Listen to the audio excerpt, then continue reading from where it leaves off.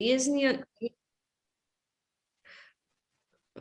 Tako da ena od teh redkih bolezni je transtiratinska amiloidoza, ki pa jo ob boljšem poznavanju bolezni ugotavljamo, da niti ni tako zelo redka in da je bolj kot to je slabo prepoznan in pa pogosto spregledan vzrok srčnega popuščanja. Ja, čakajte, zdaj mi pa... Zdaj, transtiratinska kardiomiopatija, zakaj kardiomiopatija? Zato, ker pri transtiratinski amiloidozi je praktično, vsaj pri divjem tipu, vedno prizadeto tudi srce, pomeni odlaganje netopnih beljakovinskih fragmentov transtiratina v zunajcelični prostor srčne mišice. Ta postopoma okvarja miokard, moti prožnost samega srca, moti normalno krčenje in vodi v postopno odpoved organa. Zdaj, transtiratin je običajen transportni protein, vsi ga imamo v telesu, tvori se v jetrih, je v obliki tetramera in normalno razpada potem na monomere, ki se odstranjujejo pri sami bolezni, amiloidozi, pride pa do napačnega zvijanja amiloidnih fibril, ki se potem odlagajo v različne organe. Pogosto je prizadeto srce, ampak kot bomo videli, gre tukaj za sistemsko bolezen, se pravi, so lahko prizadeti tudi drugi organi, zaradi česar je klinična slika dosti kompleksna in bolezen zaradi tega tudi težko prepoznava. Bolniki obiščejo veliko različnih specialistov, preden pridejo do diagnoze in do diagnoze traja v najboljšem primeru v zadnjih letih 2 do 3 leta, a ne. Predtem pa so hodili okrog zdravnikov bistveno dlje. Zdaj, transtiratinska amiloidoza, pri tej bolezni ločimo bolnike v 2 skupini. V eni skupini gre za dedno okvaro samega transtiratina, se pravi za genetsko napako, ki se deduje avtosomno dominantno, se pravi, ima veliko verjetnost prenosa na potomce, vendar je ta v našem okolju izjemno redko. Mi imamo par bolnikov takih, ki imajo dedno obliko. Je pa v določenih področjih, recimo na Portugalskem, Španiji, na Švedskem, ta bolezen pogostejša. Pri nas veliko pogostejši je pa divji tip, kjer same mutacije v proteinu transtiratinu, v genu za transtiratin ni, vzroka za to, zakaj se ta odlaga pospešeno in okvarja organe, pa ne poznamo. Zdaj, tako kot sem rekla, pri dedni obliki najdemo različne mutacije transtiratina.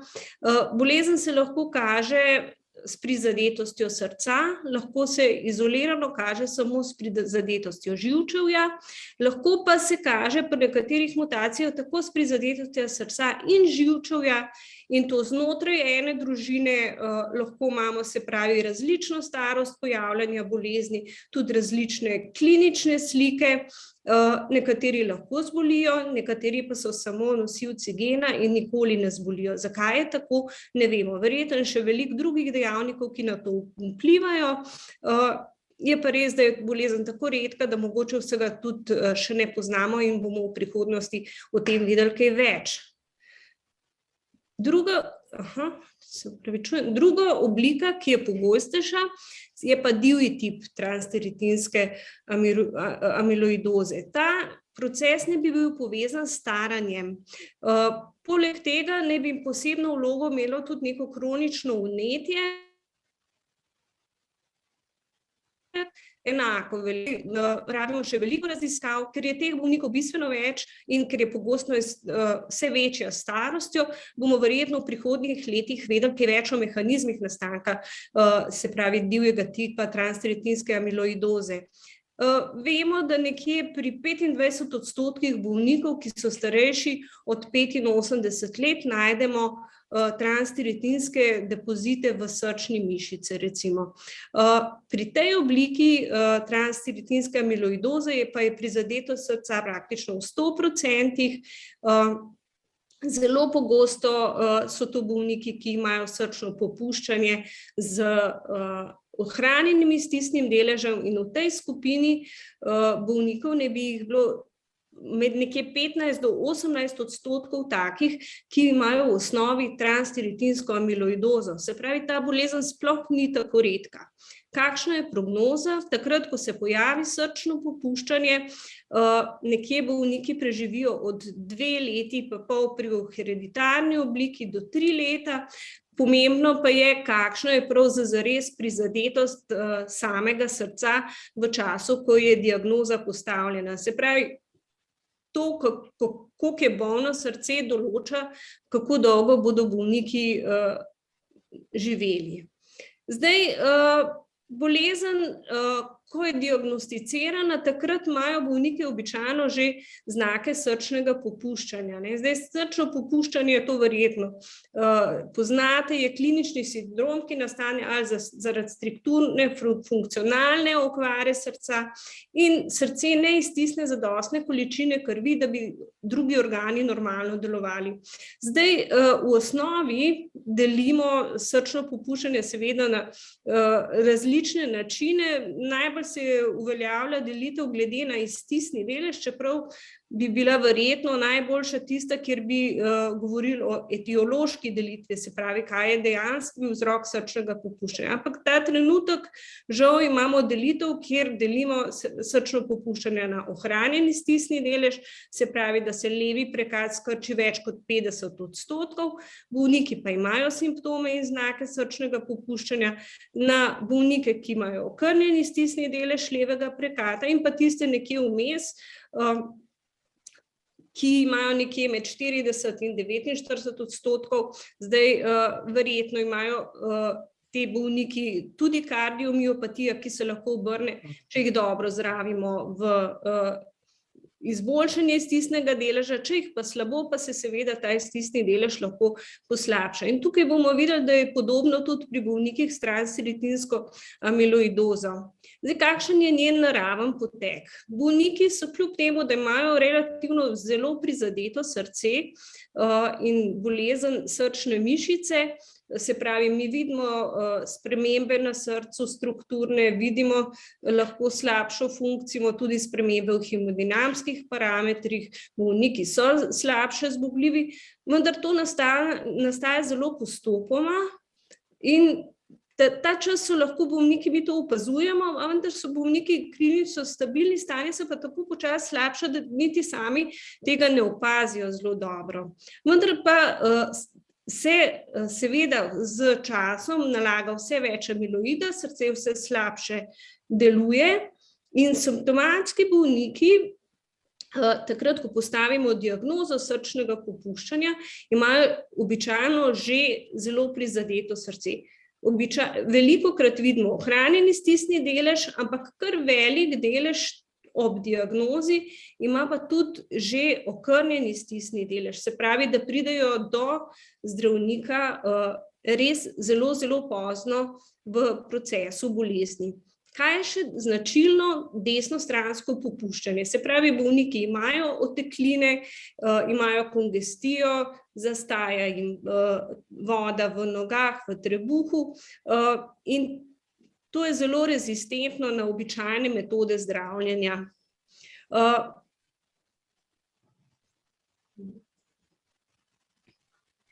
Se pravi, transtiratinska amiloidoza se kaže v prvi vrsti in najpogosteje seveda z prizadetostjo srca. Srčno popuščanje z ohranjenim stisnim deležem, običajno vidimo zadebeljene stene, tako kot tukaj na tem filmčku, pa ne samo levega prekata, ampak tudi desnega prekata in tudi zadebeljene stene preddvorov, tako kot sem rekla že prej, desnostransko popuščanje. Bolniki imajo anamnezo motenj ritma, in to različnih motenj ritma, bradikardij zaradi prizadetosti prevodnega sistema, pogosto atrijsko fibrilacijo. Ob diagnozi je približno 60 bolnikov ima že kronično atrijsko fibrilacijo. Običajno ne prenašajo zdravil, ki jih sicer uporabljamo za zdravljenje srčnega popuščanja, in pa še dva pomembna dejavnika sta. ko gledamo srčne biomarkerje, vidimo ponavadi kronično povišanje vrednosti troponina, ne zelo, pa vendar ta kaže na stalen razpad srčne mišice in pa zelo visoke vrednosti NT-proBNP kazalca, ki nam govori za srčno popuščanje, in čeprav izgleda navidezno vsaj funkcija srca dobra, so vrednosti tega NT-proBNP zelo, zelo visoke. Se pravi, zadebeljene stene levega prekata in pa zadebeljene stene desnega prekata skupaj z motnjami prožnosti govorijo lahko za transtiratinsko kardiomiopatijo. Kaj moramo biti še pozorni, oziroma kaj je tisto, kar nas lahko zavede? Bolniki pogosto dobijo napačno diagnozo. Se pravi, diagnoza hipertrofične kardiomiopatije pri starejšem bolniku zahteva tudi izključitev transtiratinske amiloidoze. Bolniki z aortno stenozo, v tej skupini bolnikov, to je podobna kot pri transtiratinski kardiomiopatiji starostno in tudi moramo vedno pomisliti, da mogoče imajo pridruženo tudi še, se pravi, transtiratinsko amiloidozo. Največkrat pa se to zmotno proglasimo za hipertenzivno bolezen srca. Se pravi, bolniki so imeli nekaj časa hipertenzijo, jih zdravimo za hipertenzijo, potem pa kar naenkrat začnejo zmanjševati lahko odmerke, celo ukinemo antihipertenzive, ker je tlak prenizek in mislijo, da to je pa naravno pozdravljena hipertenzija, ampak take stvari se običajno ne dogajajo. To pomeni, da se v tem miokardu lahko dogaja še nekaj drugega in to je že kar značilno za transtiratinsko kardiomiopatijo in je to en pomembnih opozorilnih znakov. Tako kot sem rekla, pri aortni stenozi, pri starejših bolnikih, ki imajo aortno stenozo z nizkim pretokom in z nizkim gradientom, postavijo diagnozo transtiratinske kardiomiopatije kar v 67%. Tako da, če je pridružena aortna stenoza, vedno je treba pomisliti tudi na transtiratinsko kardiomiopatijo. Motnje ritma. Motnje ritma so zelo, zelo pogoste, zato in predvsem se pojavljajo leta lahko preden nastane dejansko srčno popuščanje. Predvsem motnje prevajanja, ishemične spremembe, pri katerih ne najdemo sprememb na koronarnih žilah, po eni strani, če na ultrazvoku vidimo zadebeljene stene, v EKG-ju pa v bistvu nizko voltažo, to vse govori v prid neke infiltracije in lahko transtiratinske kardiomiopatije. In tako kot sem rekla, atrijska fibrilacija se pojavi več let pred srčnim popuščanjem. Srčna frekvenca običajno je normalna ali pa celo upočasnjena, te bolniki pogosto potrebujejo vstavitev srčnega vzpodbujevalnika. Tudi to je en tak zelo pomemben opozorilni znak. Pa še eden, in sicer pri amiloidnih kardiomiopatijah je močno povečano tveganje za nastanek strdkov v srcu.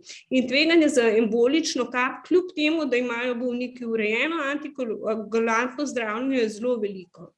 Tako da, če je anamneza kapi, atrijske fibrilacije, debelih sten, moramo pomisliti na transtiratinsko kardiomiopatijo. Sploh, če se kap zgodi ob antikoagulantni terapiji. Kaj pa drugi sistemi? Seveda, pri sistemskih boleznih, kot transtiratinska kardiomiopatija je, imamo prizadetost tako živčevja kot mišično-skeletnega sistema. Eden najbolj pogostih pridruženih znakov oziroma bolezni je obojestranski sindrom zapestnega prehoda. Ta se lahko pojavi že 10 let pred samo pojavom srčnega popuščanja. Bolniki imajo pogosto zadebelitev ligamentov flavov in stenozo spinalnega kanala ledveno. Pogoste so tudi rupture tetiv, spontane rupture, recimo bicepsa, rotatorne manšete. In te bolniki imajo tudi pogostejše operacije, ortopedske operacije, kot so artroplastike kolka, poprave kolena in tako naprej. Nevrološke manifestacije, tukaj je mogoče malo bolj zagonetno, predvsem so to pri transtiratinski kardiomiopatiji divjega tipa motnje v delovanju avtonomnega živčevja. Bolniki imajo hipotenzijo, se pravi prenizek krvni tlak, ortostatizme, ob vstajanju se jim vrti, imajo nenadne slabosti, lahko tudi izgube zavesti. Potem se pojavljajo prebavne motnje, kot so zaprtje, driske, ki se izmenjujejo ena z drugo, slabost, bruhanje, tudi apetitni pravi bolniki hujšajo. Pogosto je tudi retenca urina in posledične okužbe sečil in pa pri moških erektilna disfunkcija. Pri dedni obliki je pa pogosto pridružena senzorimotorična periferna nevropatija, se pravi, najprej se pojavijo motnje v delovanju, v zaznavanju bolečine, temperature, potem kasneje pa tudi okvare motoričnih nevronov in ti bolniku pristanejo na vozičku, so slabo pokretni in vendar njihovo prizadetost srca, recimo sočasna prizadetost srca določa njihovo preživetje. Če imajo sočasno prizadetost srca, je to nekje 2 leti ob diagnozi, če srce ni prizadeto, pa je tudi več kot 10 let. Potem so pa še drugi opozorilni simptomi in znaki, kot so suho oko, motnjave v steklovini, glavkom, naglušnost. V glavnem kup enih simptomov in znakov strani srca, z strani skeletno-mišičnega sistema, se pravi strani živčevja in pa neprenašanje običajne terapije srčnega popuščanja. Vse to nas lahko opozori, da tukaj odzadaj je lahko ena redkejša bolezen, ki jo pa seveda zdaj lahko zdravimo. Če pogledamo, kako je z prepoznavnostjo bolezni v zadnjem času, se pravi do leta 2010 praktično so bili posamezni primeri, predvsem hereditarne oblike, zdaj pa odkrivamo vse več in vse več bolnikov z to boleznijo. Tako da verjetno čez nekaj let ne bomo več govorili o tako redki bolezni. Zdaj, kaj nam pravijo smernice za zdravljenje srčnega popuščanja glede diagnostike? Kar je za nas zelo pomembno je, da ob sumu na amiloidozo srca v prvi vrsti izključimo, se pravi, AL-amiloidozo. To je oblika amiloidoze, ki je najpogostejša, gre pa za amiloidozo, ki je posledica odlaganja prostih lahkih verig, se pravi krvno bolezen, ki se zdravi povsem drugače, predvsem pa veliko hitreje napreduje in predstavlja ene vrste urgenco, ker te bolniki nezdravljeni umrejo nekje v 6 mesecih po pojavu srčnega popuščanja. Tako da to je prva linija, kjer ta del moramo res izključiti, da bolniki nimajo, se pravi, krvne diskrezije. In če tega nimajo, če to zanesljivo izključimo, v tem primeru lahko v bistvu diagnozo postavimo na podlagi ene zelo enostavne preiskave, scintigrafije skeleta, kjer lahko vidimo, da pride do kopičenja, se pravi, radiofarmaka v samem srcu, v primeru, ko imajo bolniki transtiratinsko amiloidozo. To je najverjetneje zato, ker se v tem amiloidu nalaga tudi kalcij in običajno srce seveda ne kopiči tega radiofarmaka, v primeru transtiratinske amiloidoze pa se to zgodi in na podlagi tega lahko v primeru, ko je kopičenje zadosti veliko, postavimo zanesljivo diagnozo, brez da bi uporabili kakršnokoli invazivno metodo. Zdaj seveda, kadarkoli so pa dvomljivi izvidi ali scintigrafije ali pa obstaja kakršnokoli možnost ali amiloidoze, v takem primeru se pa ne glede na starost odločamo za biopsijo, običajno srčne mišice, se pravi oziroma najbolj prizadetega organa, določimo vrsto amiloida in potem, če gre za transtiratinsko kardiomiopatijo, naredimo še genetsko testiranje, da vidimo, in to tudi ne glede na starost, ker je v primeru hereditarnih oblik to zelo pomembno, da tudi potomci pač preverijo, so nosilci ali ne. Kakšno je zdravljenje? Seveda zdravljenje srčnega popuščanja, tako kot sem rekla, slaba toleranca za katerokoli terapijo, zares pride v poštev bolj ali manj diuretike, omejitev vnosa soli in pa tekočine. Preprečevanje aritmij, predvsem tahikardi, je zelo težko, zaradi tega, ker ob minimalnih odmerkih bolniki postanejo bradikardni, pogosto potrebujejo tudi spodbujevalnik, pomembna je antikoagulantna terapija, tako da bolnike ko prvič prepoznamo atrijsko fibrilacijo, absolutno moramo dati na antikoagulantno terapijo. V nekaterih primerih, ko je postavljena diagnoza, jih daljše, preden pride do teh vrst motenj ritma. Zdaj pri mlajših bolnikih, ki imajo hereditarno obliko, pride v poštev transplantacija srca in pa mehanska podpora kot premostitev do transplantacije. Preostali bolniki pa do zdaj zares niso imeli drugih možnosti kot samo lajšanje srčnega popuščanja. Zdaj imamo kar nekaj drugih možnosti in sicer ta trenutek imamo na voljo eno zdravilo, ki je registrirano za zdravljenje transtiratinske kardiomiopatije, to je tafamidis, ki stabilizira tetramer in prepreči odlaganje amiloida, transtiratina v srce. Razvijajo pa tudi druga zdravila, kot so blokatorje sinteze, te so pa še v fazi raziskav, poleg tega tudi še zdravila, ki pospešujejo odstranjevanje iz srca, tudi tukaj nekaj raziskav poteka, vendar so bolj v začetni fazi. Zdaj pri samem tafamidisu, če se mogoče samo za kratek čas ustavimo, so ugotovili, da zdravilo izboljša preživetje, izboljša kvaliteto življenja in tudi zmanjša število hospitalizacij. Se pravi, ima zelo pomemben učinek, seveda, kot vidimo tukaj po grafu, učinek ne pride takoj, tako kot bolezen dolg časa nastaja, traja recimo nekje 6 mesecev, da se pojavijo prvi učinki zdravila, vendar pa ob podaljšanem zdravljenju vidimo pri višjih odmerkih, da je to učinkovito zdravilo, tako da to je tudi prvo registrirano zdravilo za zdravljenje ATTR kardiomiopatije pri nas in je od letos naprej tudi v smernicah za zdravljenje srčnega popuščanja.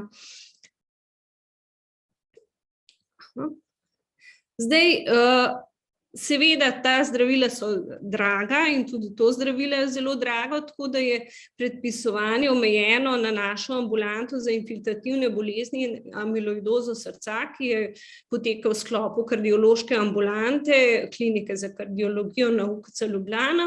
Doktor Zemljič in jaz tukaj delava in spremljava bolnike, predvsem bolniki, ki imajo sum na to bolezen, pridejo do prave diagnoze, opravimo tudi genetsko testiranje, seveda ocenimo nadaljnje možnosti zdravljenja srčnega popuščanja.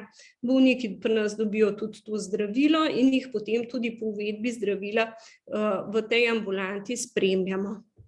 In zdaj, če povzamem, se pravi, transtiratinska amiloidoza predstavlja za nas poseben diagnostičen izziv.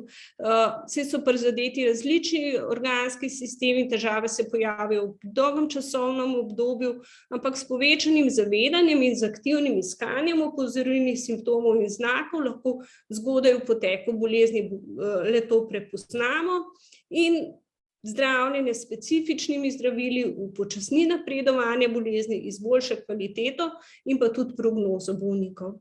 To bi bilo z moje strani vse, zdaj pa, če so kakšne vprašanja, z veseljem na njih odgovorim.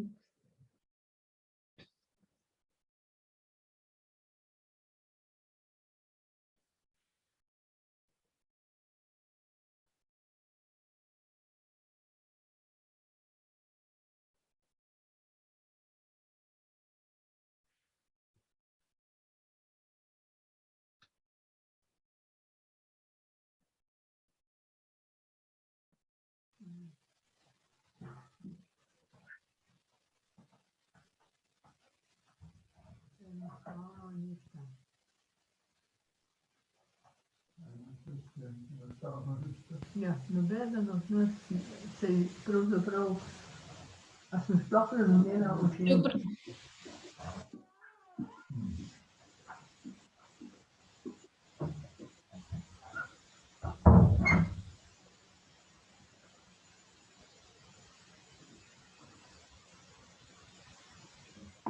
Ima kdo kakšno vprašanje?